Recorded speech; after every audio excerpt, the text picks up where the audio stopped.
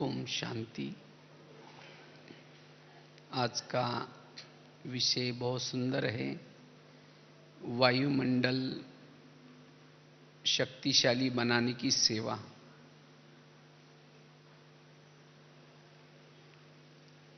वायुमंडल शक्तिशाली बनाने की सेवा।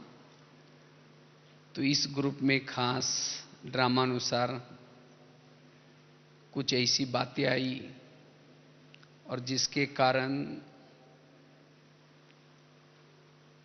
बाप दादा ने, दादियों ने भी हम सभी को ये इशारा दिया है। ये हम सभी के लिए एक प्रकार का होमवर्क है। अभी फिर भी बाबा को कैसे करके हमने मना करके बुलाया, फिर भी हमें जो बाबा के इस इशारे को समझना बड़ा जरूरी है। हर एक को वायुमंडल कैसा पावरफुल बने, इसके तरफ पर्सनली संगठन में ध्यान देने की जरूरत है। क्योंकि जितना शक्तिशाली वायुमंडल होगा उतना हमें सच्चा सुख मिलेगा, सच्ची शांति मिलेगी। क्योंकि जो वायुमंडल हम बनाते हैं हमको ही वो रिटर्न होकर के आता है।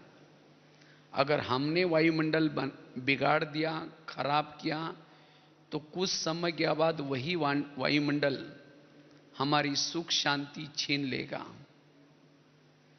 भले हमें प्रभु मिला है, संगम युग चल रहा है, तो भी ब्राह्मण जीवन का आनंद नहीं आएगा। इसलिए वायुमंडल खराब हो जाए ऐसे ना बोलने हैं, ना ऐसे कर्म करने हैं, ना कोई ऐसे संकल्प चलाने हैं, ना कोई ऐसी मर्यादा का उल्लंघन करना है जिसे वायुमंडल खराब हो जाए, लोग हमारे ऊपर उंगली उठाएं, लोगों के हमारे लिए संकल्प चले, चाहे ब्राह्मणों के चाहे ज्ञानियों के। तो इसलिए यह हर एक को ध्यान देने की जरूरत है, ये पुरुषार्थ करने की जरूरत है। क्योंकि इसी पुरुषार्थ से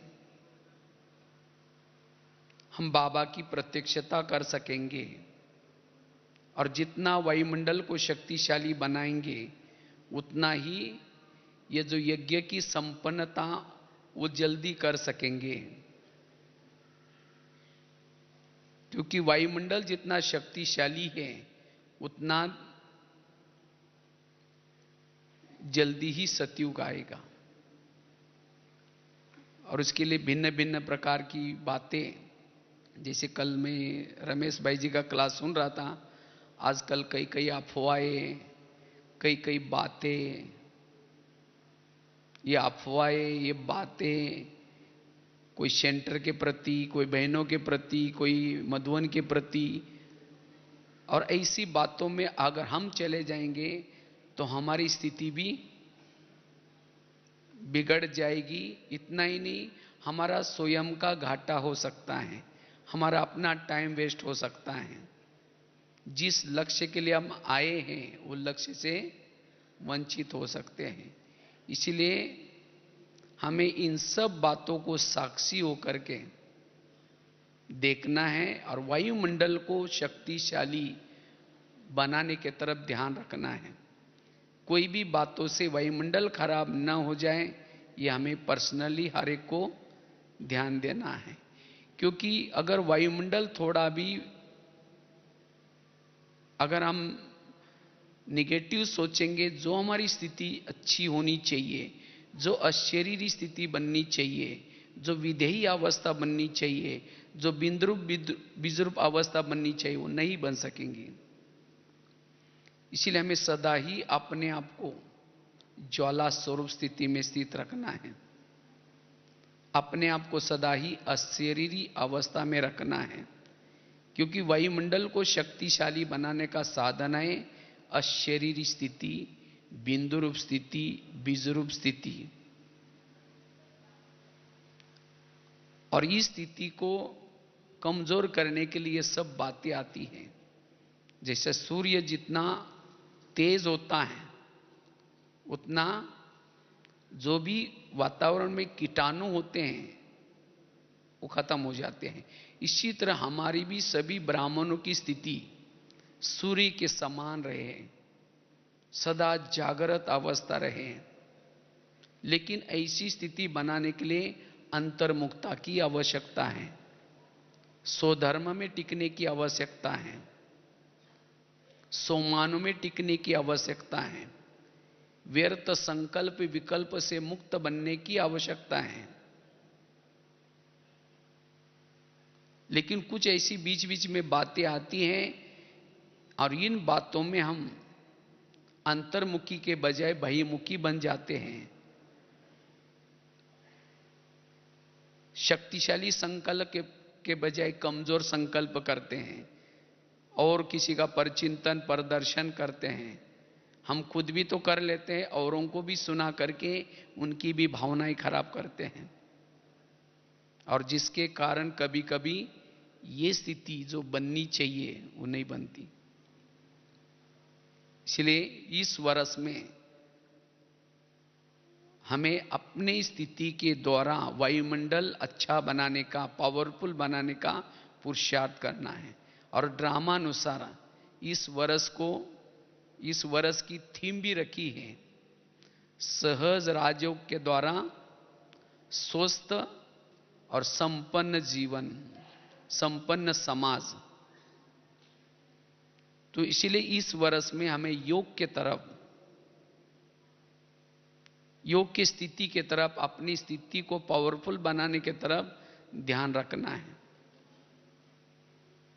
कोई भी बातें अपनी स्थिति को नीचे न लेके आए, कोई भी परिस्थितियां मेरी उस ज्वाला स्वरूप स्थिति को कमजोर न करें, ये पुरुषार्थ करना है। क्योंकि जितना हम योग को बढ़ाते हैं, योग के द्वारा सेवाएं ऑटोमेटिकली पावरफुल होगी।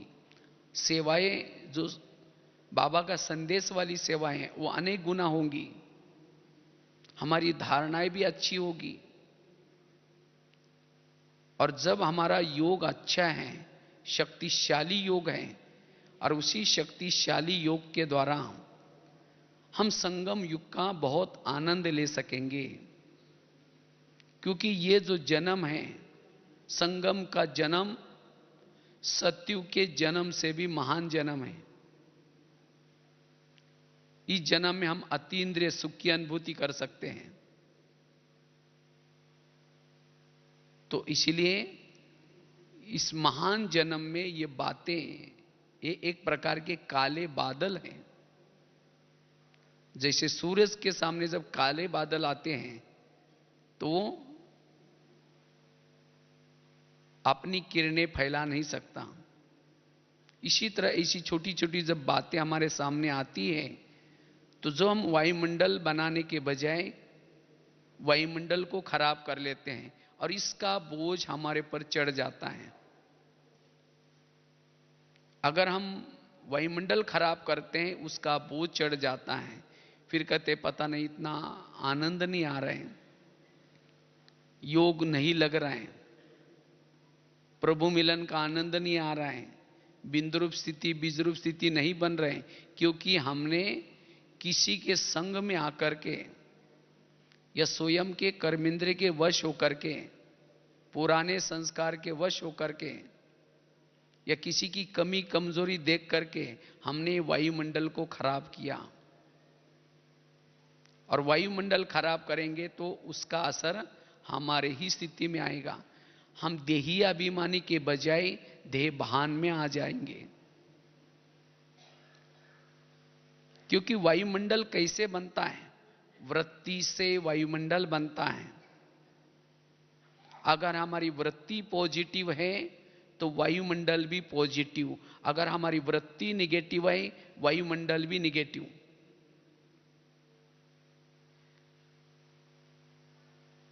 जैसी हमारी भावना वैसा वायुमंडल बनता है। अगर हमारी भावना किसी के लिए निगेटिव है, व्यर्थ है, तो वायुमंडल भी ऐसा ही फैलेगा। जैसे फैन एक बार घूमने से हवा नहीं आती, वो बार बार जब घूमता है तो ठंडी हवा आती है, बार बार घूमने से। अगर वो फैन उल्टा घूमेगा, ठंडी हवा के बजाय गर्म हवा आएगी। इसी तरह जब हमारे निगेटिव संकल्प एक बार चलने से नहीं, निगेटिव संकल्प जब बार बार चलता है मन में, इसे वायुमंडल बनता है, निगेटिव वायुमंडल। अगर हमारे पॉजिटिव संकल्प, समर्थ संकल्प बार बार जब मन में चलते हैं तो सुख और शांतिमय वायुमंडल फैलेगा। तो चेक करना है मेरे मन में किस प्रकार के संकल्प चलते हैं। जहां संकल्प निगेटिव, भावना निगेटिव, तो वायुमंडल भी निगेटिव। तो हर एक की जिम्मेवारी है अपने घर का वायुमंडल, सेंटर का वायुमंडल, जिस जगह पर रहते वहां का वायुमंडल। इतना ही नहीं, हमें पूरा विश्व का वायुमंडल शक्तिशाली बनाना है।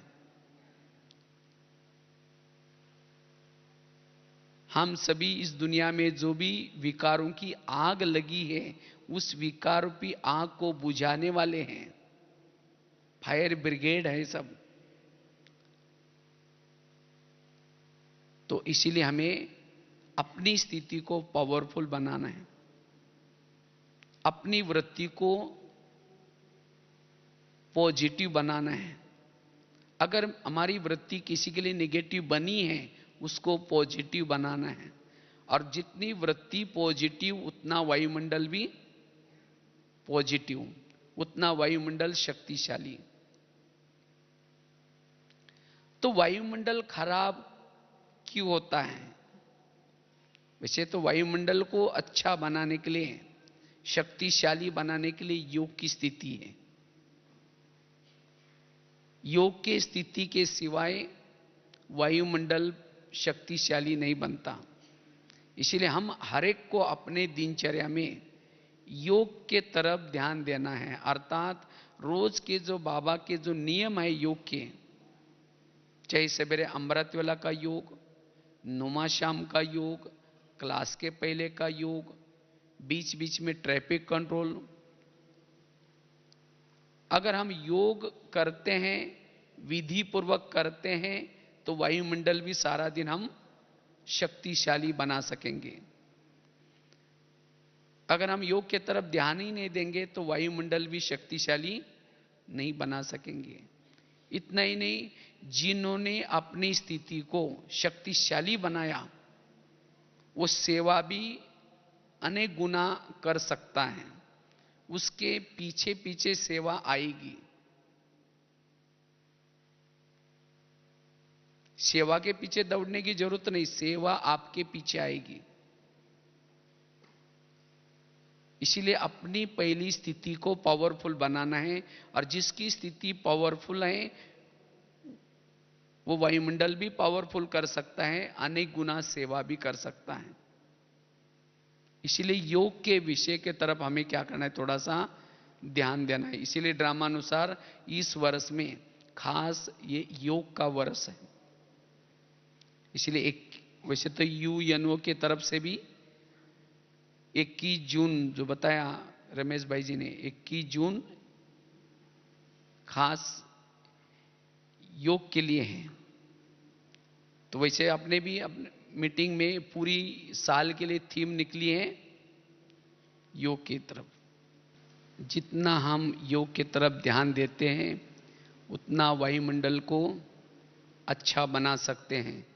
मैंने तो खुद मेरे अपने अनुभव के आधार से देखा, जैसे अभी परिचय में सभी को बता रहे थे कि मेरे वैसे लौकिक में एक बहुत पढ़ाई वगैरह बहुत कम किया था, और लौकिक में जब ज्ञान में आए तो एक रद्दी की किताब से, साधारण परिवार से आए थे। वैसे मेरा मनोबल भी बहुत ही कमज़ोर था, लेकिन जैसे मैं ज्ञान में आया तो मैंने जब पहली मुरली सुनी थी योग के ऊपर, बाबा ने वो मुरली चलाई थी, बच्चे योग का बहुत महत्व है योग, तो मैंने शुरू से लेकर के योग के तरफ ध्यान दिया।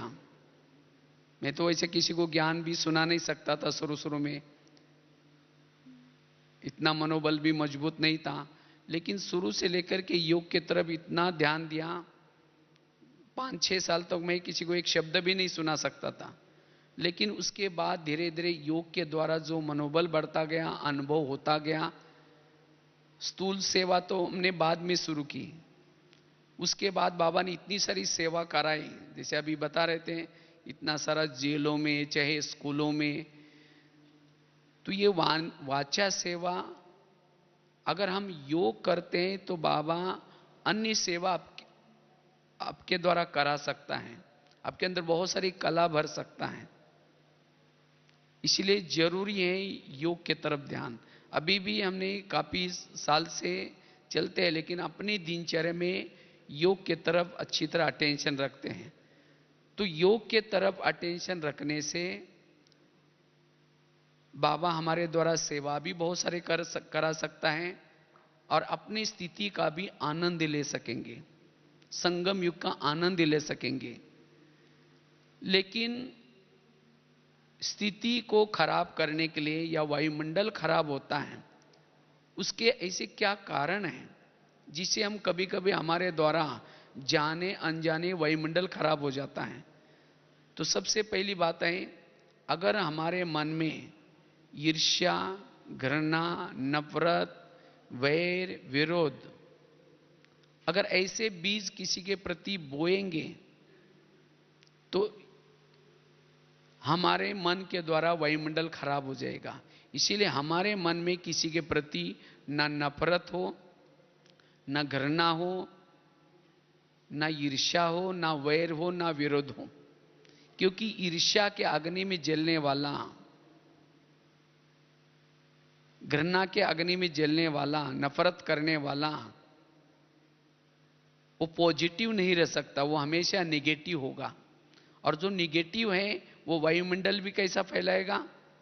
निगेटिव। उसके बोल निगेटिव, दृष्टिकोण निगेटिव, वृत्ति भी निगेटिव। इसीलिए हमारे मन में किसी के प्रति भी नफरत की भावना न हो, घृणा की भावना न हो।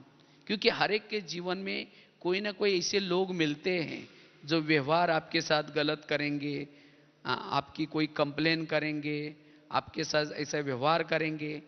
लेकिन ऐसे व्यक्ति को देखते हैं हमारे मन में हम नफरत पैदा करते हैं, घृणा पैदा करते हैं, अंदर से वैर आता है, विरोध आता है, और उस व्यक्ति को देखते ही हमारा वायुमंडल भी निगेटिव होगा। और जिससे हमारे संकल्प भी वही निकलेंगे, बोल भी वही होंगे, और जिससे वायुमंडल निगेटिव बन जाता है, जिससे हमारी योग की स्थिति नहीं रहेगी। इसीलिए अगर एक व्यक्ति के प्रति भी ऐसी कुछ बातें हैं, हम अपने आप को रियलाइज करना है, और रियलाइज करके नफरत, घृणा, इसको दूर करना है। अन्यथा वो सूर्य के समान स्थिति, अशरीरी स्थिति, विधेयी स्थिति नहीं रह सकती। क्योंकि नफरत, घृणा से अंतर्मुखता भंग हो जाते हैं, एकाग्रता भंग हो जाते हैं। हर एक को बाबा ने विशेषता दी है, कोई ना कोई कला दी है। हमें किसी के साथ नफरत, घृणा नहीं करनी है। क्योंकि नफरत करने से, घृणा करने से संगठन में मतभेद हो जाता है, और जहां मतभेद है वहां वायुमंडल भी निगेटिव है। इसलिए हमारे में मतभेद ना हो। ऐसा एक छोटा सा आश्रम था, वो आश्रम बहुत अच्छा था शुरू शुरू में, फिर बाद में धीरे धीरे खराब होने लगा। एक दूसरे के प्रति अंदर से झगड़ा, कुछ तो मैं होने लगा। तो वहां जो आश्रम का जो मुखिया था, एक व्यक्ति के पास गया कुछ राय सलाह लेने के लिए, हमारे पास ऐसा ऐसा हुआ, अब क्या करें। जब गया तो उस व्यक्ति ने उसको एक सलाह दी कि आपके आश्रम में एक ऐसा व्यक्ति है जो उस आश्रम को फिर से दोबारा अच्छा बना सकता है। उसने कहा कौन है? कहा कि मैं नाम नहीं बताऊंगा। नहीं बताओ कौन है? कहा कि नाम नहीं बताऊंगा, आप खुद ही देख लेना। जो मुखिया था वो वापिस आया तो वहां की जो सबको पता था कि ये गए थे वहां राय सलाह लेने के लिए, तो सभी ने शाम को मीटिंग बैठी तो उसमें पूछा कि क्या बताया राय? तो कहा कि तो राय तो नहीं बताई, लेकिन ये बताया कि अपने आश्रम में एक ऐसा व्यक्ति है, इस आश्रम को दोबारा अच्छा बना सकता है। तो सभी ने बड़े उत्साह से पूछा कौन, किसका नाम बताया? कहा कि नाम नहीं बताया। तो सब सोचने लगे कौन हो सकता है। कोई सोचता हाँ यही हो सकता है, ये सवेरे जल्दी उठता है। कोई कहता हाँ यही हो सकता है, ये रोज दोपहर को सोता है, अथक सेवा करता है। मना उस आश्रम में क्या हो गया, एक दूसरे की तरफ देखने का दृष्टिकोण बदल गया। पहले तो हर एक की कमजोरी देखता था, लेकिन बाद में क्या देखने लगा? विशेषता। तो इसी तरह वो फिर से आश्रम क्या हो गया, दोबारा ठीक हो गया। इसी तरह आज बाबा ने भी हर एक के अंदर कोई ना कोई गुण दिए हैं, कोई ना कोई विशेषता दी है। हमें उस गुण को देखना है, उस विशेषता को देखना है, जिससे हमारा संगठन कैसा रहेगा? मजबूत रहेगा, मतभेद नहीं होगा। नहीं तो कभी कभी हम क्या करते हैं, एक दूसरे के प्रति नफरत करते हैं, घृणा करते हैं, और जिसके कारण वायुमंडल खराब हो जाता है। किसी का पर चिंतन करते हैं, पर दर्शन करते हैं। तो इसलिए हमें एक दूसरे की क्या देखनी है? विशेषता देखनी है। क्योंकि जहां अंदर दिल में कुछ खराबी है, जैसे बाबा की अभी रिवाइज मुरली सुनी सभी ने, बाबा ने कहा ना, अगर दिल में कोई गलत चीज है, निगेटिव बातें हैं, उस दिल में बाप नहीं बैठ सकता। जहां बात है वहां बाप नहीं है। तो कोई भी हमारे दिल में कोई निगेटिव बातें ना हो, तब साथ में बाबा दिल में रहेगा। और जिसके दिल में बाबा रहता है वो वायुमंडल भी पॉजिटिव बना सकता है। तो इसीलिए किसी व्यक्ति के प्रति नफरत घृणा है तो हमारी भावनाएं खराब है। फिर वही बातें हम औरों को भी सुनाते हैं, दूसरे की भी भावनाओं को खराब करते हैं। और इसीलिए बाबा आजकल जो साकार मुरली भी चल रहे हैं, बच्चे लून पानी नहीं बनो, ऐसी बातें सुनाने वालों से, झगमुई झगमुई बातें सुनाने वालों से दूर रहो। क्योंकि ऐसी बातों से ही हम क्या करते हैं? वायुमंडल खराब करते हैं। और यही वायुमंडल खराब करने से फिर जब योग में बैठेंगे वो योग अच्छा नहीं लगेगा, देह भान आएगा। इसलिए हमें इन बातों के तरफ क्या करना है, थोड़ा सा ध्यान देना है। क्योंकि ऐसी बातें अगर हमारे ईर्ष्या नफरत घृणा है तो बाबा दिल में कैसा बैठेगा? उसकी बदबू आएगी। कहते एक ऐसे ही एक घटना है, एक आश्रम में ऐसे कुछ शिष्य थे, तो एक दूसरे के प्रति जब थोड़ा आपस में बनती नहीं, तो गुरुजी ने उनको शिक्षा देने के लिए एक दिन बुलाया और कहा कि जिसके साथ आपकी बनती नहीं, हाँ पहले तो कहा कि आप कुछ आलू लेके आना, साथ में आलू मंगवाया उनको सभी के, और कहा कि उस आलू पर जिसके साथ आपकी घृणा है नफरत है उस व्यक्ति का नाम लिखना, और नाम लिख करके मैं जब तक नहीं कहूं तब तक सदा आप अपने साथ में रखना। तो उन्होंने क्या क्या, किसी की 4 के साथ थी, किसी के साथ 2 के साथ थी, 6 के साथ थी नफरत वगैरह, उनका नाम लिख करके एक पोटड़ी में बांधा और उसके साथ में रख दिया, अपने साथ में। सोते समय खाते समय वो पोटड़ी साथ में रहती थी। 3-4 दिन के बाद, कुछ दिन के बाद वो आलू सड़ने लगे। लेकिन गुरुजी ने कहा कि मैं जब कहूं तब उसको बाजू में रखना। तो गुरुजी कुछ दिन कहा ही नहीं, तो आलू सड़ने लगे, बदबू आने लगी। तो आखिर सभी मिलकर के एक दिन गुरुजी के पास गए, कहते गुरुजी ये आलू सड़ गए, उसकी बदबू आ रहे हैं, हम इनको साथ में नहीं रह सकते। तो गुरुजी ने कहा कि जब आलू की बदबू आ रहे हैं, आप साथ में नहीं रख रहे हैं, तो आपके साथ जो नफरत है, घृणा है, उसकी कितनी बदबू आती होंगी। तब उन्होंने शिक्षा ली और तब से आपस में नफरत घृणा खत्म की। इसी तरह आज हम जिसके साथ नफरत करते हैं, घृणा करते हैं, तो कितनी बदबू है, तो बाबा साथ में रहेगा, वायुमंडल कैसा बनेगा।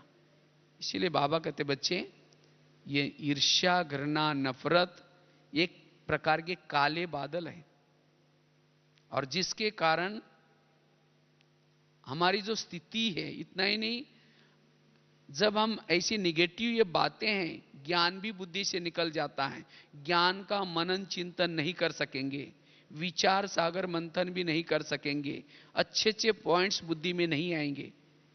क्योंकि जहां निगेटिव बातें हैं वहां सरस्वती बुद्धि में नहीं बैठ सकती। सरस्वती अर्थात ज्ञान। इसीलिए स्कूल कॉलेज में दिखाया जाता है, सरस्वती किस पंछी के ऊपर बैठी है? हंस के ऊपर बैठी है। बैठती थी हंस के ऊपर। हंस अर्थात स्वच्छता।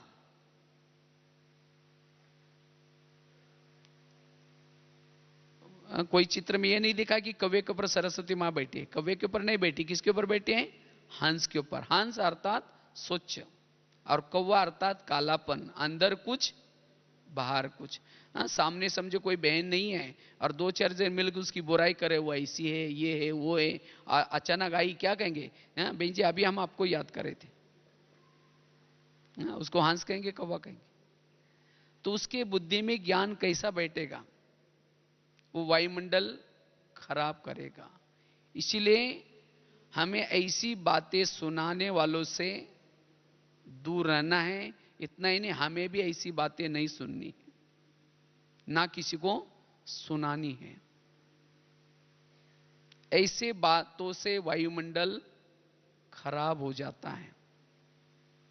बाबा हमें कितना रिगार्ड देता है, कितना रिस्पेक्ट देता है।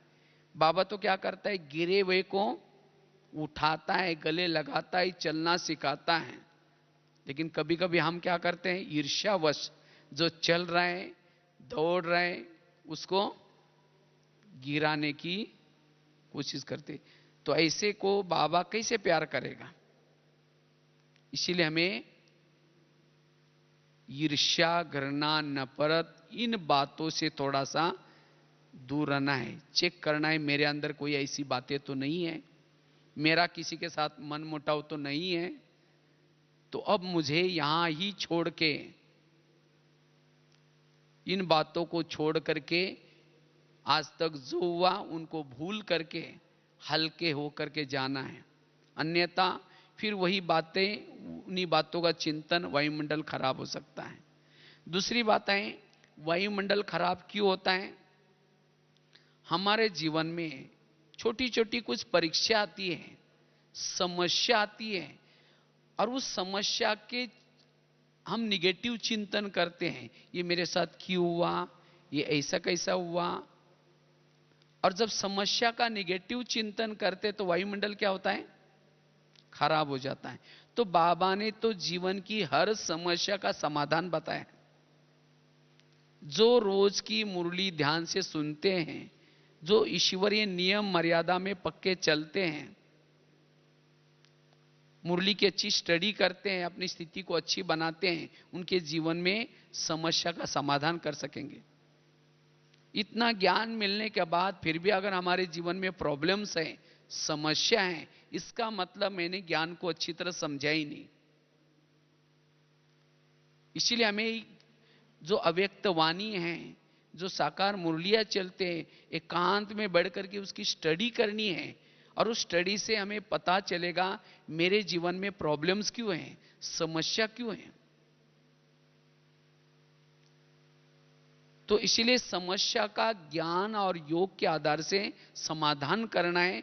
और जब समस्या का जो समाधान करता है, वही वायुमंडल को अच्छा बना सकता है। हमें कोई किसी से किनारा नहीं करना है, कोई घर छोड़ करके नहीं जाना है, लेकिन उन्हीं के साथ रह करके उनके व्यवहार को भी हमें पॉजिटिव बना करके चलना है। क्योंकि हम जो आपस में आए हैं एक दूसरे के साथ में, चाहे घर में, चाहे सेंटर पर, चाहे लौकिक में, ये सब पिछले कार्मिक अकाउंट को भी लेके आए हैं। हमारा आपस का पिछला कार्मिक अकाउंट भी है। इसको जब हम कभी भूल जाते हैं, तब कभी कहते ये ज्ञानी है तो भी मेरे साथ ऐसा व्यवहार क्यों करता है, फिर भी ऐसा क्यों करता है, और ये क्यों क्या कहो, पहले सोचेंगे, खुद सोचेंगे, फिर औरों को भी जाकर सुना देंगे, उसकी भी भावना खराब करेंगे, और इसके कारण वायुमंडल क्या होता है, खराब हो जाता है। इसीलिए हमें कार्मिक अकाउंट को अच्छी तरह समझना है, और जो कार्मिक अकाउंट को अच्छी तरह समझता है वो समस्या का समाधान कर सकता है। बाबा ने कई बातें इसके लिए सुना है, बच्चे जो होता है सब कल्याणकारी होता है, तुम्हारे जीवन की हर घटना में कल्याण है। अगर कोई कुछ करता भी है आपके साथ, आपका उसमें भी कल्याण है, आप उसको पॉजिटिव में लो। जब पॉजिटिव लेंगे तो समस्या का समाधान होगा, और जिसे हमारे संकल्प समर्थ चलेंगे। नहीं तो कभी कभी उस आत्मा के प्रति जिन्होंने हमारे साथ ऐसा वैसा किया है उसको बदवाई देंगे, उसका परचिंतन करेंगे, लेकिन नहीं, संगम युग की हमारे जीवन की हर घटना में क्या है, कल्याण है। हमारे आसपास में जो भी कुछ है ये सब कल्याणकारी। इसीलिए बाबा कहते ना, वाह ड्रामा वाह, वाह बाबा वाह। तो इसीलिए हमें सदा ही अपने दृष्टिकोण को क्या बनाना है, पॉजिटिव। जिसने दृष्टिकोण को पॉजिटिव बनाया वो हर परिस्थिति में, हर समस्या में पॉजिटिव बन करके चलता है। उसके जीवन में ऑटोमेटिकली एक शक्ति डेवलप होती है, और उस शक्ति का नाम है सहन शक्ति। और जिसके पास सहन शक्ति आई वो हर परिस्थिति में उसका मन चुप रहेगा, मन पॉजिटिव रहेगा, समर्थ रहेगा। और जिसका मन पॉजिटिव रहता है उसकी बुद्धि स्वच्छ रहती है, और जिसकी बुद्धि स्वच्छ है, जिसका मन हल्का है, वो सूर्य की समान स्थिति में रह सकता है, वो अशरीरी स्थिति में रह सकता है, विदेही स्थिति में रह सकता है। ऐसे विघ्नों के परिस्थिति में भी वो वायुमंडल को पॉजिटिव बनाएगा, वो निगेटिव बातों को पॉजिटिव बना करके चलेगा। इसीलिए हम अपने जीवन की जो भी कुछ बातें हैं उसको सोच करके, औरों को सुना करके वायुमंडल को खराब करने के बजाय हमें क्या करना है, समस्याओं का समाधान करना है। अन्यथा वर्तमान समय हमारा मन इतना कमजोर होता है। क्यों कमजोर है? क्योंकि आज जो हम भोजन खाते हैं, जो आजकल सब्जियां बनाई जाती है, जो सब्जियां बोई जाती है, उसके अंदर केमिकल डाले जाते हैं, कई रासायनिक पदार्थ डाले जाते हैं, और जिसके कारण वो अन्न में कोई ताकत नहीं है। और ऐसा हम अन्न खाते हैं और जिसके कारण सबका मन कमजोर है, और कमजोर मन को ये बातें सहन नहीं होती, और जिसके कारण आज कई शरीर की भी बीमारियां होती जा रही हैं। अगर हम दूसरों को, औरों को सुनाते हैं योग से क्या हो जाता है, हेल्थ अच्छी बनती है, स्वस्थ हो जाता है, और हम खुद ही बीमार होंगे, तो कौन हमारा योग सीखने के लिए आएगा? इसीलिए हर एक का हमारा मन कैसा चाहिए, मन पॉजिटिव चाहिए। वास्तव में योग कोई गलत नहीं, योग अच्छा है, लेकिन योग सीखने के बाद भी हमारा दृष्टिकोण पॉजिटिव, निगेटिव बनता जा रहा है, हमारा थॉट सिस्टम निगेटिव बनती जा रहा है, और जिसका प्रभाव बॉडी के ऊपर होगा। हमारा संगम युग का शरीर बड़ा अनमोल है, जितना समय तक हम जिएंगे उतना बाबा को याद करके पुण्य जमा कर सकेंगे। अगर हम ऐसे निगेटिव बन जाएंगे तो न जाने कोई बीमारी भी आ सकती है हमारे ऊपर। इसलिए हमें सदा ही क्या करना है, पॉजिटिव बन करके रहना है। और इसके लिए बाबा के ज्ञान की अच्छी तरह स्टडी करनी है, ज्ञान को अप्लाई करना है, सहनशील बन करके रहना है। इसके लिए जीवन की समस्या का क्या करना है, समाधान। जो जीवन की समस्या का समाधान करता है वो पॉजिटिव बनता है। और ये केवल मैं क्लास नहीं कर रहा हूं, लेकिन मैंने भी अपने जीवन में किया है। मेरे जीवन में कई प्रॉब्लम्स आए, लेकिन मैंने पॉजिटिव बनाया, और उस बातों का चिंतन करने के बजाय पॉजिटिव बना उस बातों से, और मेरा को फायदा मिल गया। एक दो तीन घटना मेरी अपनी सुनाता हूं। जब मैं दिल्ली में रहता था, तो पहले तो मैं इतना ज्ञान के क्लासेस वगैरह नहीं करता था, लेकिन कभी कभी बाबा मुरली में कहते हैं, बच्चे क्या करो, किसी को ज्ञान का भी दान किया करो। तो मेरे को कभी उमंग आता था, लेकिन नहीं करता था मैं। तो एक दिन पूरी मुरली उसके ऊपर चली, बच्चे किसी को ज्ञान का दान किया करो। तो मैंने उसी दिन सोचा, आज मैं ज्ञान को किसी को दान जरूर करूंगा। तो मैंने क्या किया, संडे का दिन था, तो थोड़ा भोजन जल्दी बना करके, तो बगीचे में एक दो चार कुमारों को बुला करके ज्ञान सुनाना शुरू किया। जब 1 घंटा तक ऐसा कुछ बातें सुना रहता, तो किसी बहन ने मेरे को देख लिया और मेरे को बुला करके कहा कि आप लोग 1 घंटा क्या कर रहे थे। हमने कहा मैं किसी को ज्ञान सुना रहा था। तो कहा ये तुम्हारा काम नहीं है, तुम्हारा काम है किचन में करची चलाने का, दोबारा कभी नहीं सुनाना। तो मैंने उस बात को पॉजिटिव लिया। मैंने सोचा शायद मेरे पास ज्ञान का स्टॉक नहीं है, इसलिए बाबा ने मुझे मौका नहीं दिया। पहले मैं स्टॉक बढ़ाऊंगा, एक दिन बाबा मुझे मौका जरूर देगा। तो मैंने तब से सुनाना बंद कर दिया, और रोज शाम को 7 से 7:30 योग करता था बगीचे में बैठ करके। और वहां कुछ गमले पड़े रहते थे, गमले फूलों के, और गमलों को क्या करता था, गमलों को समझते थे माताएं बेटे, ये कुमार बेटे, ये भाई बेटे, इसे समझ करके उनको सुनाना शुरू किया। और करीबन 6 साल तक मैंने ये प्रैक्टिस की, रोज आधा घंटा। और सुनाते सुनाते मेरे अंदर इतना ज्ञान का मनन चिंतन चलता गया। उसके बाद मेरी ट्रांसफर वहां से इधर मधुवन में आया। तो मधुवन में भी मैं किचन में आया, शांतिवन में किचन में सेवा होने के बाद फिर बगीचे में जाकर के बैठता था। तो वहां भी कुछ गमले पड़े रहते थे, उनको समझते थे माताएं बेटे, कुमार बेटे।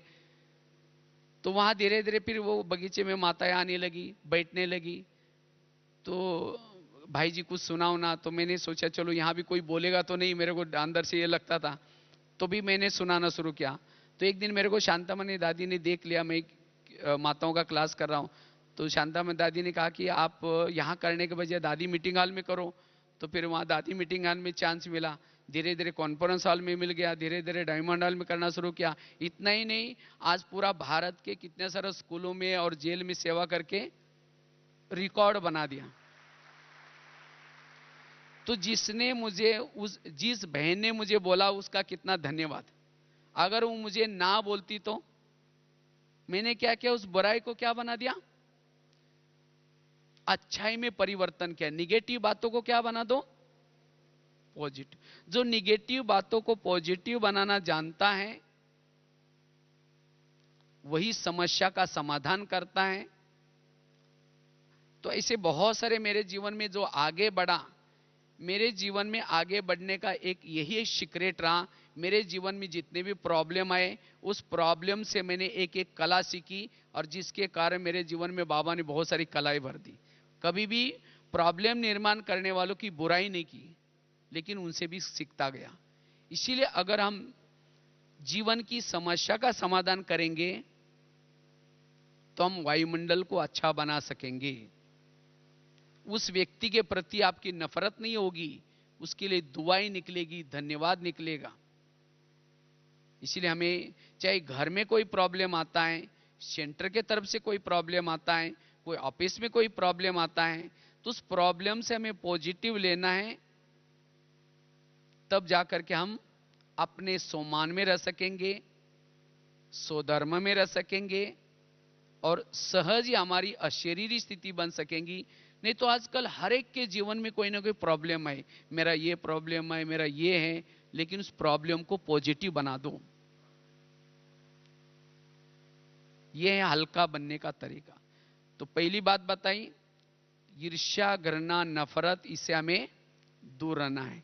दूसरी कौन सी बताई? जीवन की समस्या का क्या करो? समाधान करो। तीसरी बात है, अगर हमें वायुमंडल को अच्छा बनाना है तो जो भी हमारे कुछ पुराने संस्कार हैं, उस संस्कारों के वश होने के बजाय उस संस्कार को अपने वश करना है। अन्यथा अगर हम उस पुराने संस्कारों के वश हो जाते हैं, कर्मेंद्रिय के भी वश हो जाते हैं, और जिससे हम वायुमंडल अच्छा बनाने के बजाय वायुमंडल बिगाड़ने की, हमारे द्वारा वायुमंडल बिगड़ जाएगा। इसीलिए पुराने संस्कारों के वश नहीं होना है, क्योंकि आजकल माया ने ऐसे ऐसे साधन निकाले हैं। कहते हैं अच्छा तुम सिनेमा थिएटर में नहीं आ सकती, कोई बात नहीं, मैं तुम्हारे खुद ही तुम्हारे जेब में आती हूं। इसीलिए माया ने क्या किया, आजकल हर एक का जेब को ही सिनेमा थिएटर बना दिया। और थोड़ा भी अगर हमारा ध्यान नहीं है, थोड़ा सा अटेंशन नहीं है, तो तुरंत हम पुराने संस्कार कोई हमारे खत्म नहीं हुए, वो दबे हैं। थोड़ा हमारा अमृत वाला मिस हो जाता है, थोड़ा सा मुरली के पर ध्यान नहीं है, तो ऐसी बातों से पुराने संस्कार को कोई ना कोई भोजन मिल जाता है, ताकत मिल जाते हैं, और जिसे वो जागृत हो जाते हैं। अगर हम पुराने संस्कार के वश हो जाएंगे तो इससे वायुमंडल खराब हो जाएगा। इसलिए जो बाबा ने हमें ज्ञान योग सिखाया है, इस ज्ञान और योग के आधार से हमें असली सुख लेना है। जितना असली सुख लेंगे, अतीन्द्रिय सुख लेंगे, ये विकारी बातें आकर्षित नहीं कर सकेंगी। क्योंकि जितना योग के द्वारा अतीन्द्रिय सुख मिलता है, जैसे कोई जिलेबी खाता है, उसके सामने मुरमुरा उसको फीका लगता है, इसी तरह जितना हम योग के द्वारा, गहरे योग के द्वारा लगन में बैठ करके योग से सुख लेंगे, तो ये भले साधन यूज करना है, हमें ऐसा नहीं कि साधन छोड़ देना है, वैरागी बनना है। क्योंकि साधन को छो तो काटता है, नहीं छो तो अब दुनिया से पीछे रह जाएंगे। इसलिए हमें यूज भी करना है, लेकिन साधनों का प्रभाव हमारे पर न पड़े, उन पुराने संस्कारों का प्रभाव न पड़े, इसके लिए योग से हमें सुख लेना है। रोज हम अपने दिनचर्या में जितना योग, क्योंकि आत्मा को सुख चाहिए, जब हम योग के द्वारा आत्मा को सुख देते हैं तो पुरानी बातें, पुराने संस्कार आकर्षित नहीं करेंगे, हमारी इंद्रियां भी हमारे वश में रहेगी, हम साक्षी होकर के रहेंगे। कोई भी व्यक्ति आकर्षित नहीं हो सकता, कोई वैभव आकर्षित नहीं कर सकता, न्यारे प्यारे रह सकेंगे। इसीलिए हमें इस साधन या पुराने संस्कार हमारे ऊपर प्रभाव ना डालें, आकर्षित ना करें। इसीलिए योग बल को साथ में लेके चलना है, योग से सुख लेना है, चाहे अमृत वेला का सुख, चाहे क्लास के पहले का सुख, चाहे मुरली का सुख। नहीं तो आजकल कई क्या करते हैं, व्हाट्सएप में मुरली सुन ली, बस पूरा हो गया। बहन जी को कहेंगे बहन जी हमारे घर में आजकल बाबा आता है, हमारे मोबाइल में तो सुन ली, लेकिन नहीं, ये तो बाबा ने जो साधन बनाए हैं। बाबा को एक बार पूछा था किसी ने, भविष्य में बाबा ये जो 33 करोड़ है उनके लिए पढ़ाई कैसी चलेगी? तो बाबा ने इस मुरली में कहा था कि आगे चल करके देखना, 33 करोड़ वालों के लिए मैं क्या कुछ सुविधा बना देता हूं। और ये बाबा ने मुरली के द्वारा, व्हाट्सएप के द्वारा, ये जो मोबाइल के द्वारा 33 करोड़ वालों की तैयारी की है। तो हम लोगों को 33 करोड़ में तो नहीं आना ना, कौन सी इसमें आना है, सत्युग में आना है या त्रेता में आना है? तो अगर सत्युग में आना है, रेगुलर क्लास में जाकर के ऑफिशियली मुरली सुननी है, क्लास में जाकर के बाकायदा आधा घंटा योग करना है, संगठन में मुरली सुननी है। और जो संगठन में मुरली सुनता है, संगठन में जाता है, अमृत वेला ठीक करता है, उसकी आत्मिक स्थिति बनती है। और जिसकी आत्मिक स्थिति है, माया उसको कुछ नहीं बिगाड़ सकती। वो वायुमंडल को पावरफुल बनाएगा।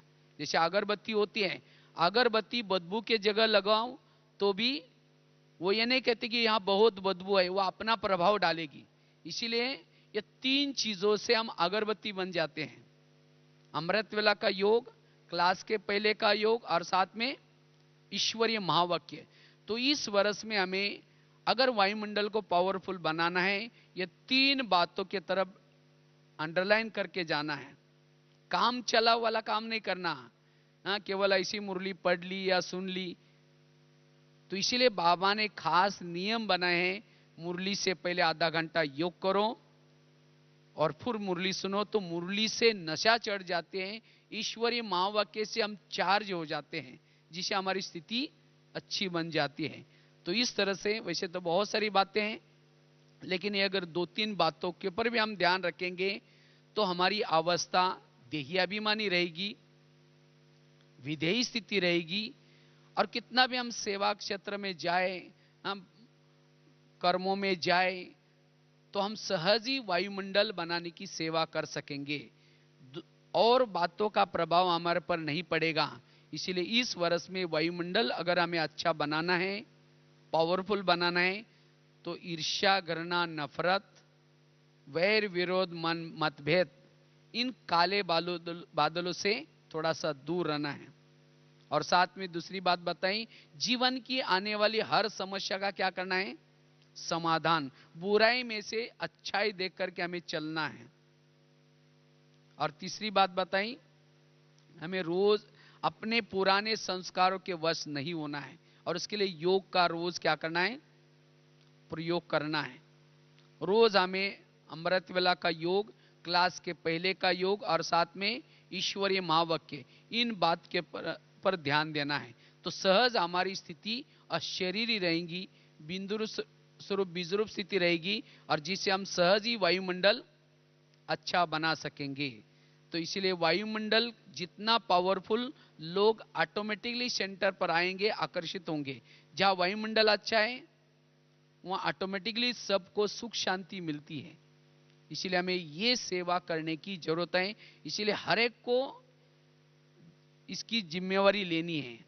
हर एक को वायुमंडल, जितना वायुमंडल आप अच्छा बनाएंगे आपको ही सुख मिलेगा। हमें ऐसा कोई काम नहीं करना है जिससे वायुमंडल बिगड़ जाए। ऐसी कोई बातें सुनाता है, ऐसी बात व्यक्ति से हमें किनारा करना है, ऐसी बातों से किनारा करना है। तो यही वायुमंडल को जितना भावना युक्त, हमारी भावना कभी भी खराब ना हो जाए, क्योंकि भावना और योग इसका बहुत गहरा कनेक्शन है। यही हमारा इस साल का पुरुषार्थ है। ओम शांति।